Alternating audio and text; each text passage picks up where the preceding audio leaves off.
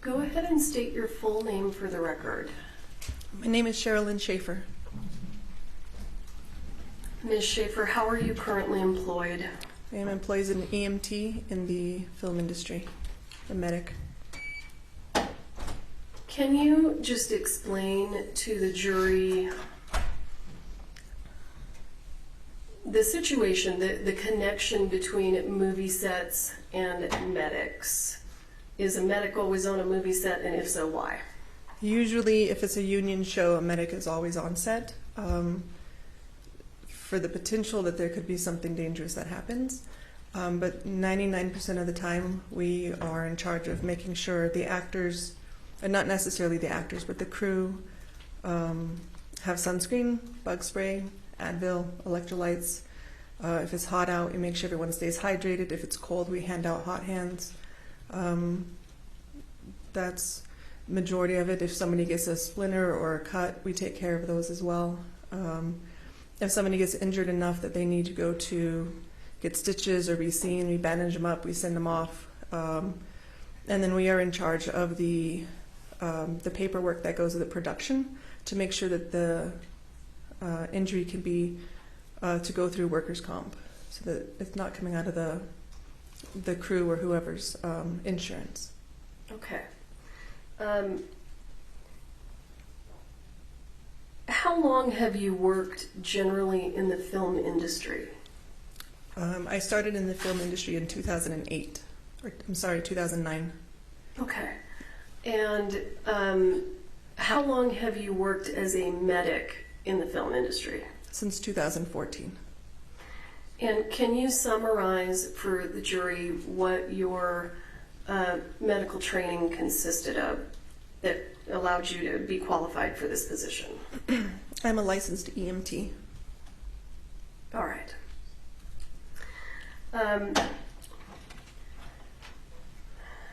Ms. Schaefer, approximately, since 2009, if you can guesstimate for us approximately how many films have you worked on? Film and TV? Sure. 40 plus. Okay, and of those, can you guesstimate for us again approximately how many had real firearms and an armorer on set?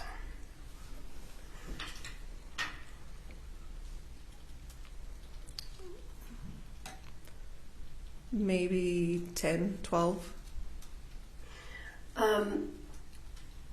Was the handling of firearms by the armorer on the set of Rust different than what you were used to? Yes. Can you describe to the jury what you noticed, how you thought it was different? I noticed the armorer on Rust did not secure the weapons as a normal armorer would, or an armorer on productions I've worked on before would. Normally, the weapon would be secured until it was time for the actor or stunt actor to need it. And then the armorer would go to their, generally a locked cabinet, grab the weapon, take it to the actor or stunt actor. With the first AD, sometimes the stunt coordinator, depending on who's there, open the weapon, empty it. If it needs to be emptied, show the actor or stunt actor the type of bullet, I guess you would call it, that's going to be in the gun. Show it that it's not real, and then, or essentially check it in front of the actor and the first AD to make sure that everyone's comfortable with it. And then hand it over to that performer for the shot, for whatever shot they are shooting. And just to be clear, what you just described was what you are accustomed to. That is correct. Can you explain to the jury how that procedure worked on the set of Rust? A lot of times when I would notice our armorer hand the guns over to the actors, sometimes checking them, sometimes not. Generally, once the scene is over, you would remove the weapon, the armorer would remove the weapon from the actor and re-secure it until it is needed again. On Rust, that did not happen a good majority of the time. The actor still remained in possession of the weapon, whether it was in their holster or in their hands. And can you kind of explain to the jurors how long the actors would be left with the weapons in their possession after the scene, and maybe discuss a little bit about how long it takes to do a turnaround? Okay. There were a few times where they would have the weapon for a minute or two or so after we had cut, but then there would be other times where we would be turning around, and that's where the camera position changes. Like if we're looking at somebody and we turn around, then we're going to look the other direction at the actor. That can take, depending on all the moving parts, 20, 30 minutes, where they would still be in possession of the weapon. And I just want to be clear, did you testify that you saw Ms. Gutierrez provide actors with weapons without conducting a safety check? That is correct. Did you ever have an occasion to notice whether or not any of the actors on the set of the movie did their own safety checks? There were some times that the actors would open their weapons and look, see either while it was being reloaded or not, opening it up and looking at it. And generally on a film set, you would not do that without the armorer present in front of you. And if you did, then the armorer would need to be called back to recheck that weapon in front of you.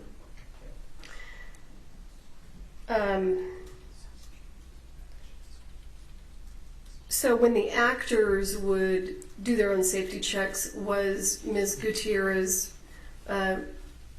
participating in that? Sometimes she was near, sometimes she wasn't. I don't recall exactly all the time. I didn't notice a lot, but there were some times where she could have been close by or not, but she was not directly in front of the actor. Okay. And it wasn't every actor. It was, just a couple here and there. Okay. Did you ever take note of how Ms. Gutierrez would load ammunition into her fanny pack? Yes. Yes.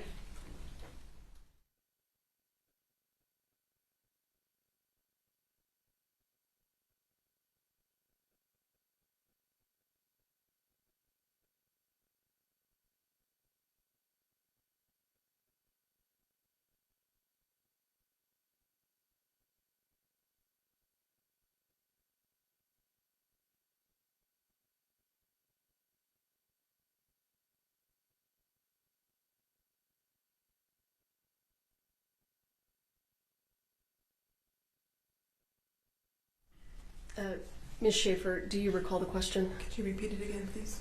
Did you ever take note of how Ms. Gutierrez would transfer ammunition from boxes to her fanny pack? Yes. There was one occasion that I did see that. Can you describe what you saw for the jury? So there would be the boxes that had a styrofoam with the ammunition inside of it. And there were times I would see her this one time, I saw her take the box and kind of tip it a little bit and use her fingers to put some in, and then hand it back, I believe, to Ms. Zachary, and get another box and do the same thing, put more in, put it back, get another box, put more in, put it back. So we're mixing multiple rounds inside of different, and again, I don't know what they were, but mixing different rounds for different weapons. There were some short ones, some long ones. So during this instance where you saw Ms. Gutierrez load the fanny pack directly from the boxes, if you recall, would she take the time to check every round to make sure that it was inert? No. All right.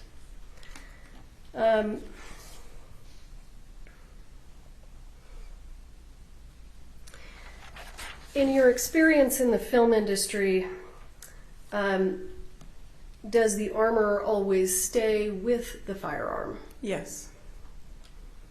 Or within proximity. Be able to visually see. You mean when the actor has the weapon? Correct. Yeah, to be able to visually see. Was that the case on the set of Rust? No. Not always. I'm going to shift gears and direct your attention to October 21st of 2021. If you can just kind of walk the jury through how that day went and what you recall. You can start before the lunch hour, and then we'll kind of move through it, okay? Okay. About 6:30 was my call time that morning, and that's what time that I needed to be on set. I arrived on set. I arrived to base camp first, grabbed breakfast. I don't remember if we had a COVID test that day or not, but then I went up to set, and I have a trauma bag that I take with me, and I have a box and a stand that has, inside the box will have the emergency, it will have tissue, it'll have cough drops, it'll have those sorts of things that a crew member might want, as well as containers of sunscreen and bug spray, because at that time we had the sun and bugs.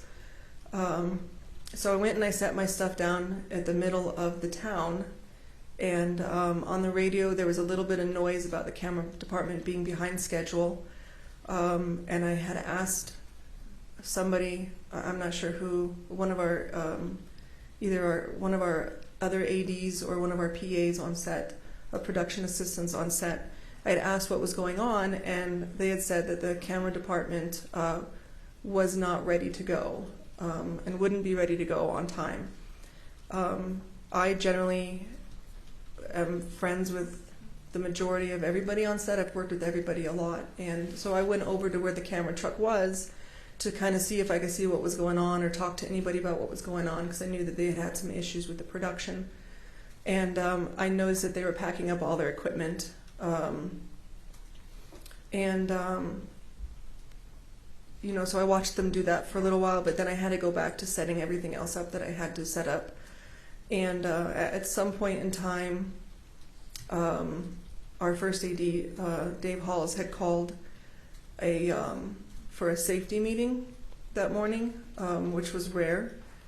And it was more of a meeting to kind of get the crew back together again, because we were all kind of spread out and try to figure out what was going on that morning. And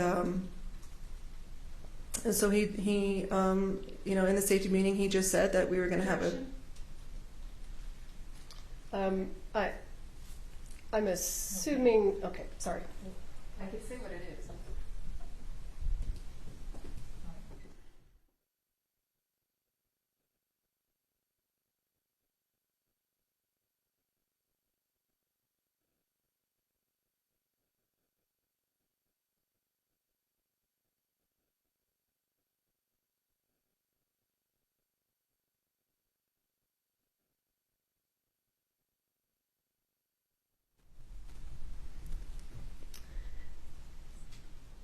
Ms. Schaefer, without saying what anyone said, can you summarize for the jury what your understanding was of the purpose for that meeting?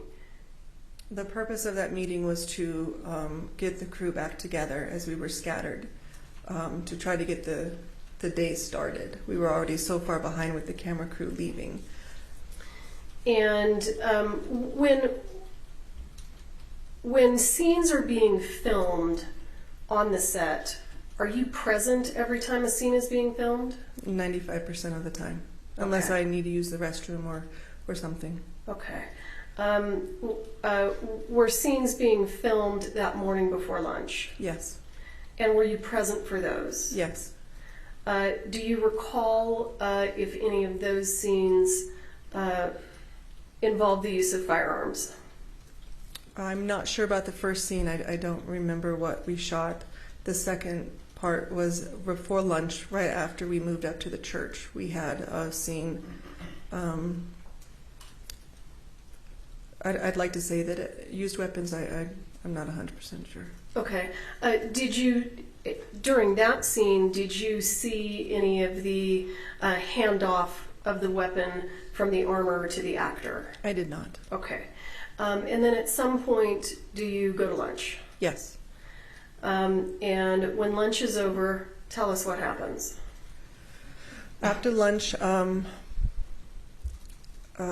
had gotten a ride up to set from our base camp, which was just a few minutes away down the road, and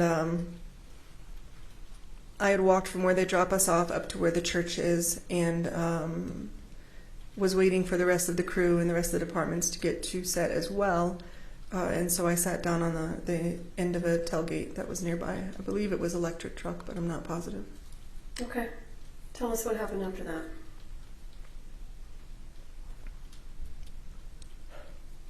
Sorry. It's okay. Take your time. I was talking to whoever was sitting next to me, maybe a locations person, I don't remember, and the sound of a gun went off, or I heard the sound of a gun. And I looked over at who was sitting next to me, and I said, are we rehearsing? Because I didn't know that we were back in at that point, and I hadn't heard anything on the radio about us being back in and from lunch. And I said I didn't hear anybody call, fire in the hole, or normally like you would hear, the armorer would say quarter load, half load, full load, whatever type of ammunition that they are shooting. And none of that was said. So as soon as I said that, I grabbed my normal bag, and I ran towards the church. I wasn't very far from it. And as I was approaching the door, I heard medic emergency come over the radio. And are you the only medic on set? I am. Okay. So when you heard medic emergency on the radio, did that information tell you where to go? No. How did you know where to go? I was there. I was sitting there outside the church waiting. Okay, understood. Please proceed. So I got to the door, and one of the things that we are taught when you're becoming an EMT is your scene needs to be safe before you go into it. So I stood at the door and I looked around to see what was happening, and I asked what happened, and somebody said Halyna was shot, or the gun went off, something to that effect. And I looked down at Halyna, who had been sitting at that point to my right, and Joel was on the left in obvious pain. And Alec Baldwin was at the back of the church from me, the opposite end of the church from me. And then I looked down at Halyna again, and as I started going towards her, I believe it was our camera operator, Reed, had asked her if she could feel her legs. And for one, I believe she said yes. For the other one, she said no. And so I knew that there was some sort of spinal injury at that point. And as I was going towards her, I could see the blood dripping from her back onto the church floor. Was she still seated at this point, or was she? She was leaning, kind of on a pew. Okay. And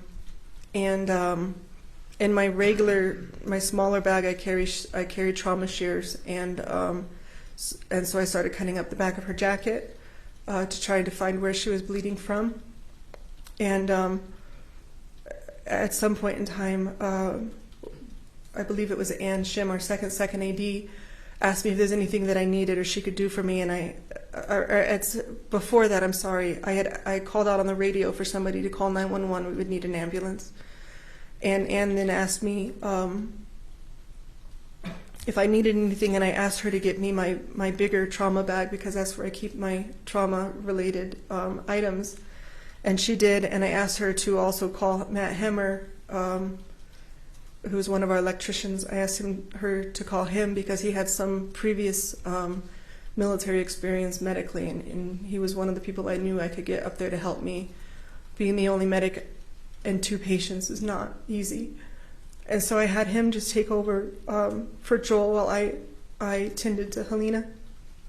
And so if you can kind of explain to us what kind of treatment you attempted with regard to Miss Hutchins.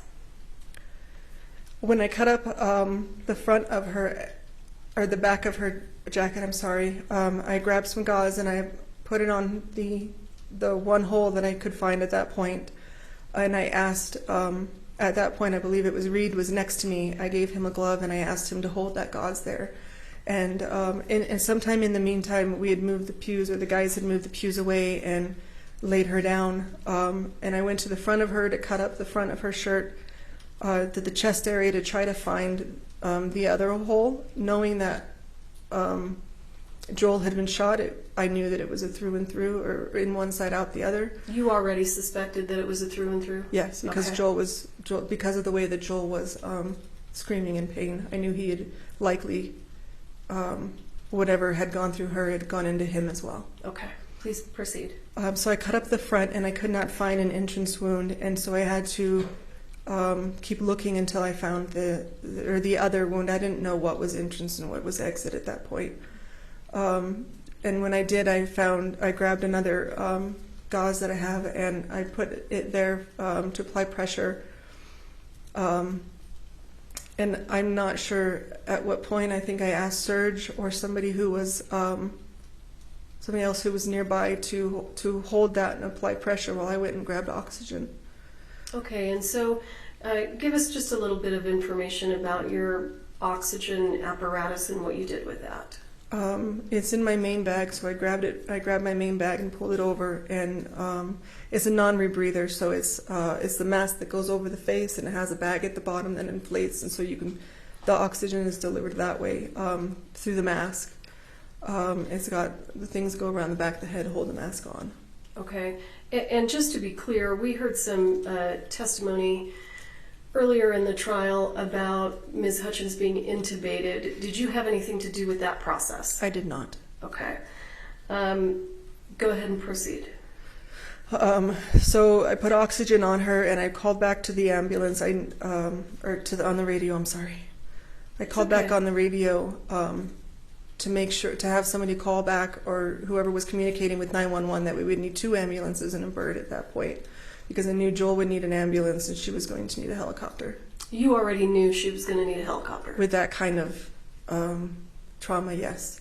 We are 15, 18 minutes from the hospital, from town, and with the way that she was bleeding, I knew she was going to need more than we could provide, or an ambulance could provide, or Santa Fe hospitals could provide. She needed to go to the trauma center in Albuquerque. Okay. And do you have any knowledge about the condition that a patient has to be in order for the helicopter to take off? They need to be stabilized. And do you know why that is, given your medical training? I do not. Okay, fair enough.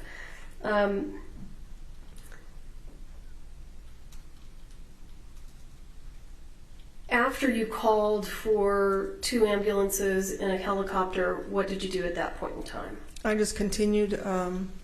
Halyna was fighting. She didn't want the oxygen on her face. She didn't want anybody holding anything on her. She was fighting.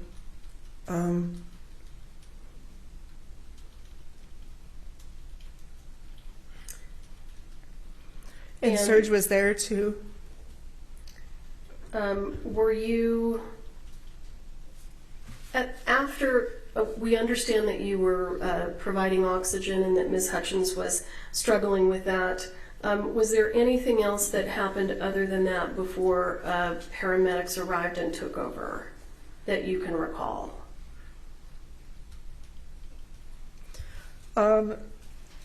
There was a point in time when I first had walked in,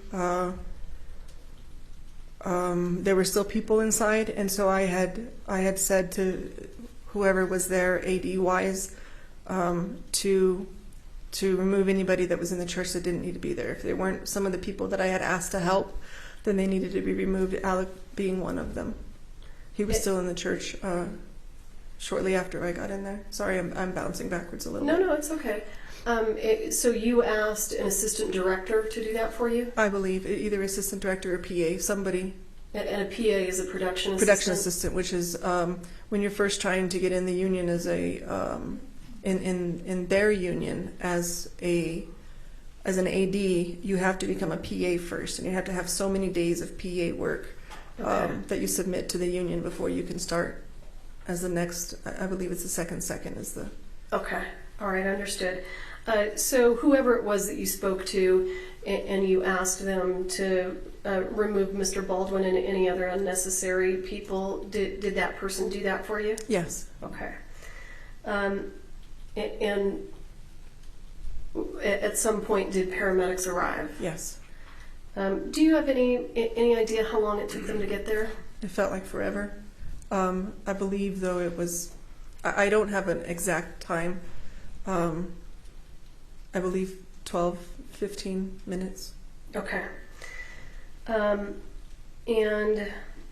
I do believe that there was before the ambulance arrived, there might have been somebody else, a police officer, maybe that was around, but ambulance-wise, it was quite some time. okay, and do you recall a police officer coming in with a medical bag and handing items to you? I do, vaguely, but I do.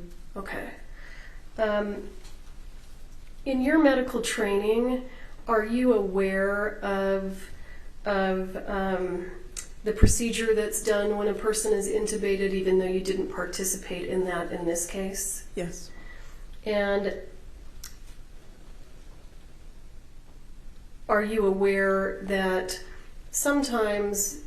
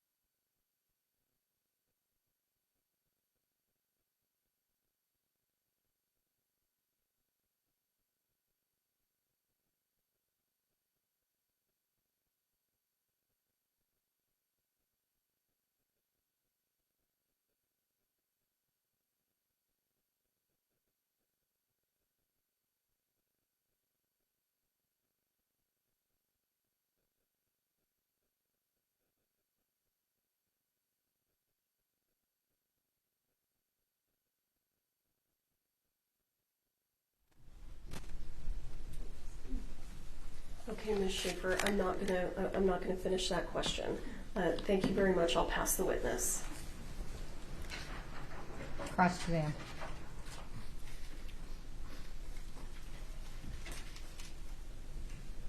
Hello,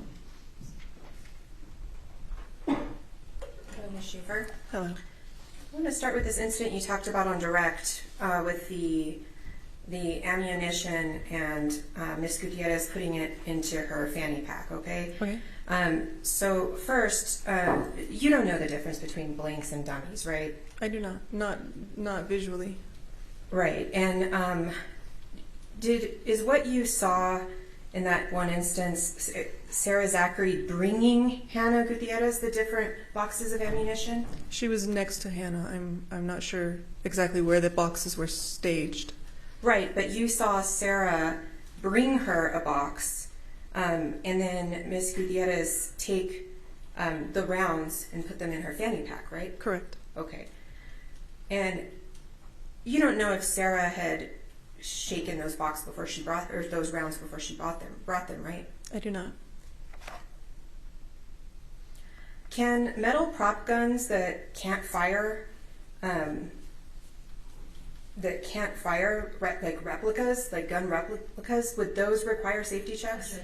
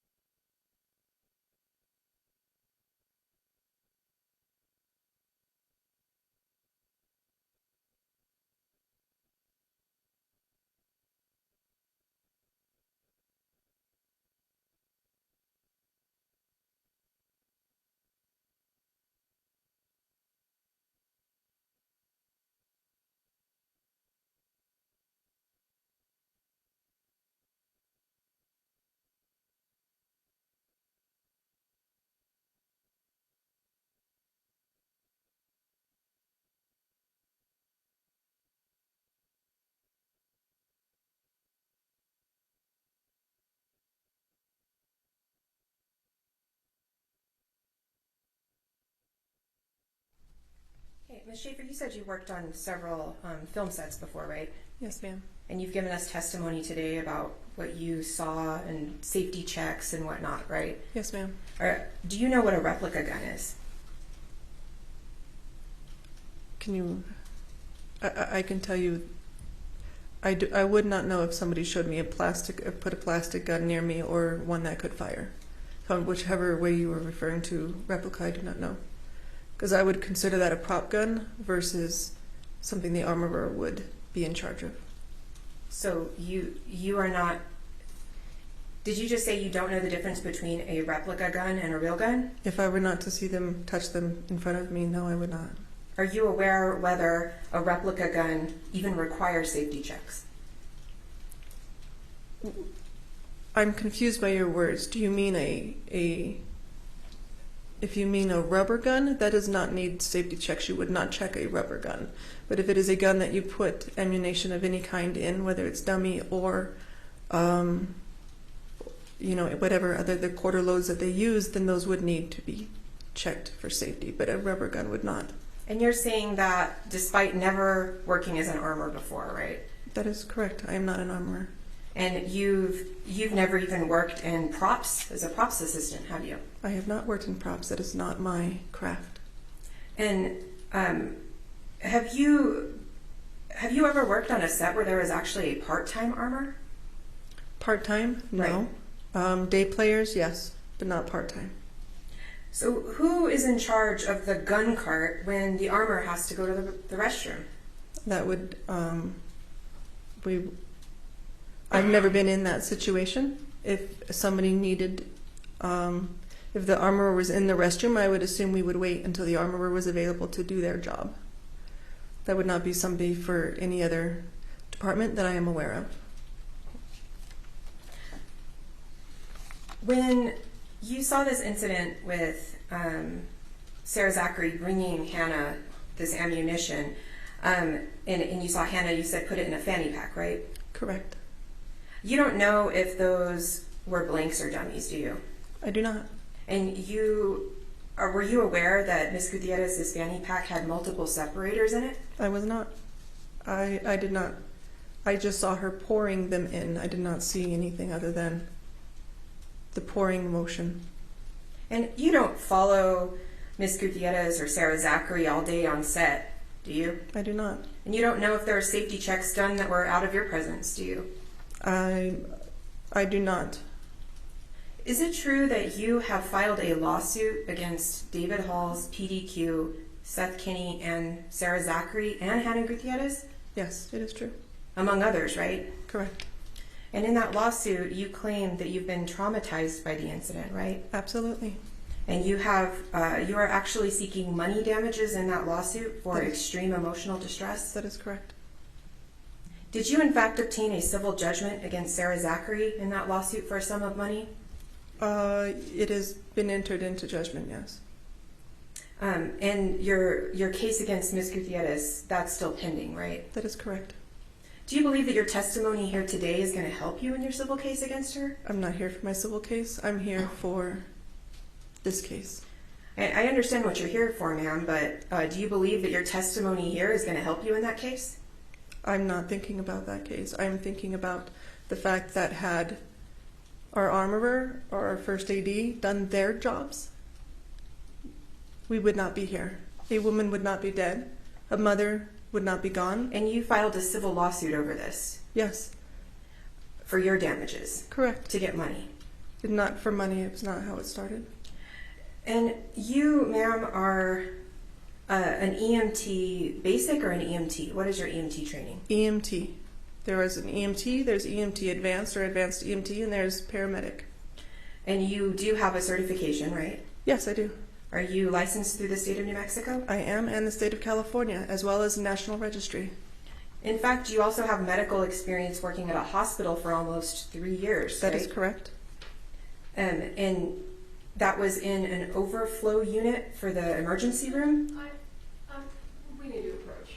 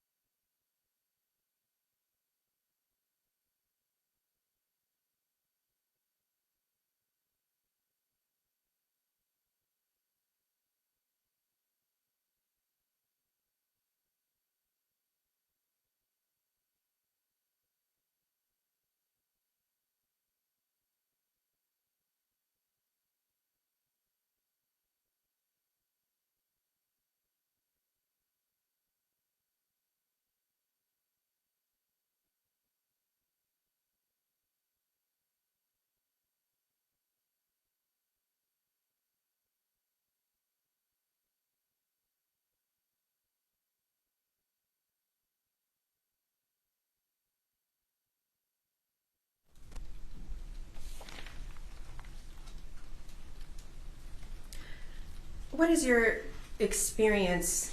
You did say you worked at the hospital, but what is your experience with treating gunshot wounds? I do not have experience with gunshot wounds. They were not on the floor I worked on. Why wouldn't you be trained on that type of injury when you're dealing on a set with real guns? I am trained for it. You asked about my experience at the hospital. Okay, so you are trained with treating gunshot wounds, Correct.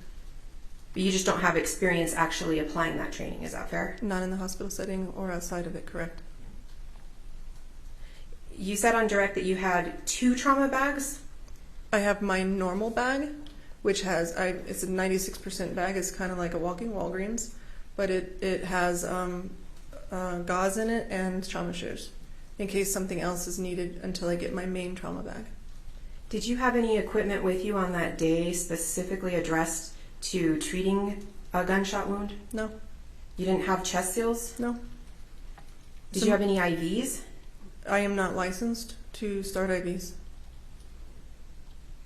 So I would not. And we are on a movie set where there should be no gunshot wounds. Well, are there other things on a movie set that could cause a thoracic puncture on the set? Not generally. Not generally. If there is going to be something that's going to happen where something more traumatic like that could happen, then we would request a standby ambulance to be on set with us so that we had all the gear and equipment needed, as well as additional medics to help. But this movie had knives involved in it, right? I could not tell you. And horses, There were horses. snakes. There were wild snakes. We did not bring them onto set. Can we approach?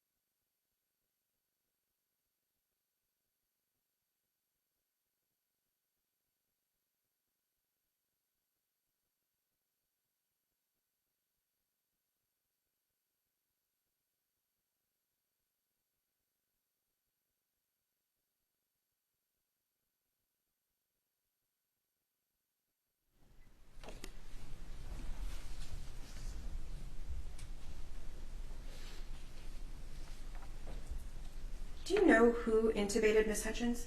I do not. I can assume, but I do not. You said, you can assume. Well, I mean, did you see it happen? I did not. Okay. Prior to all of these concerns that you're telling us about here today with Ms. Gutierrez, did you never raise any of those concerns with anyone? I did not. Not even the safety director, David Halls? I did not. And you said on direct, I believe, that prior to the shot that you heard on that day, that I think I heard you say, I want to get it clear, that you did not hear Dave Halls yell out, "Rehearsals up, first team on set." Did you ever hear that? I did not. You never heard any call out that they were going to do that set? No, not on the radio. I did not hear it. It doesn't mean it didn't happen and I didn't hear it, but No, I just want to know what you heard. I You did not didn't hear that. No. Okay. No further questions. Redirect.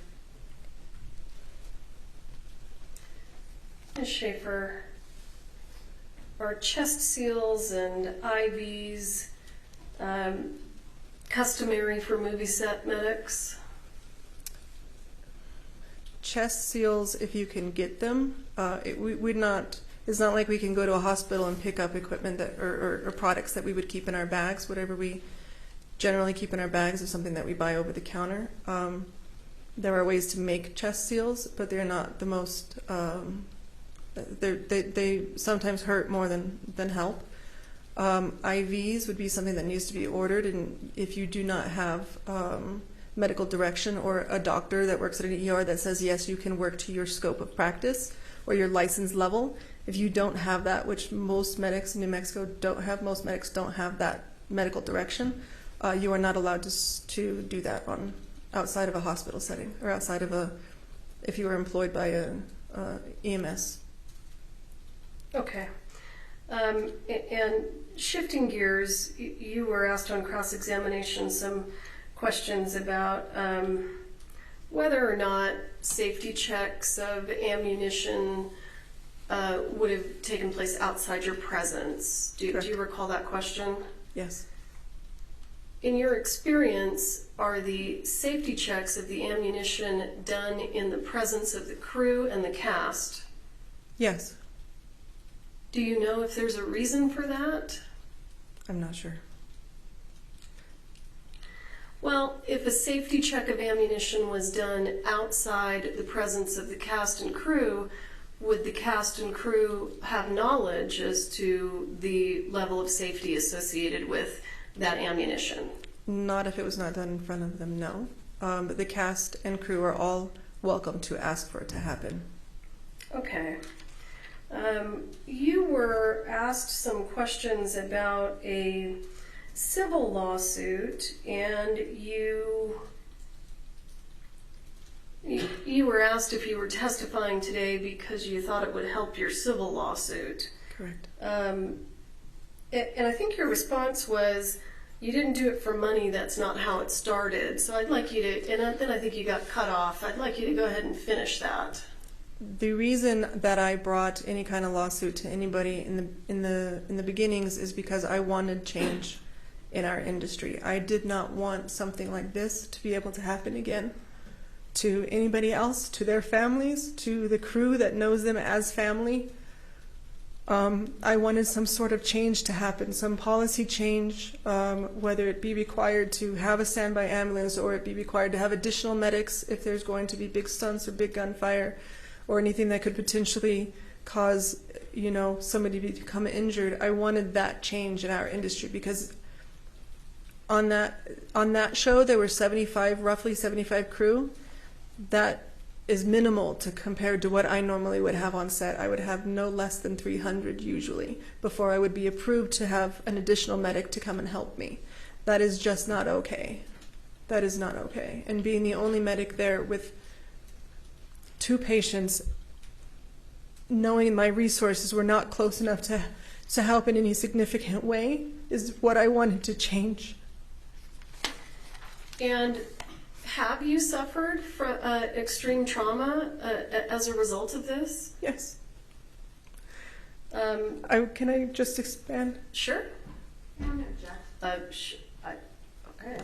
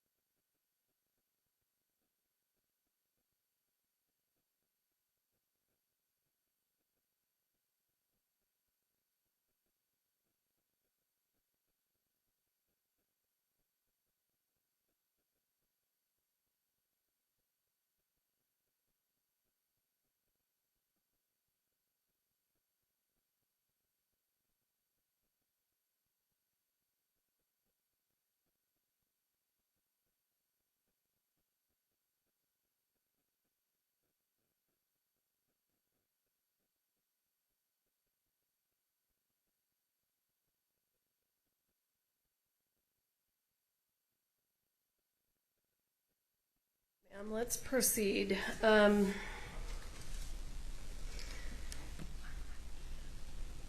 Upon my questioning, you asked if I asked you about your claim for emotional distress, and you responded and asked if you could expand on that. The court is going to let you. Please expand. Thank you. I went home that night, and I looked at my little boy, who's the same age as Halyna's son, and all I could think about is how I could not save his mother's life, and how he was going to grow up without a mother, and how her spouse lost the love of his life. Understood. I did not expect this testimony. I did not expect this testimony. So you're going to, and I mean no harm to you, but we're going to strike that testimony, okay? So disregard that testimony, okay? All right, let's. Okay. All right. Thank you, ma'am. I appreciate your time. All right, thank you. I'm sorry.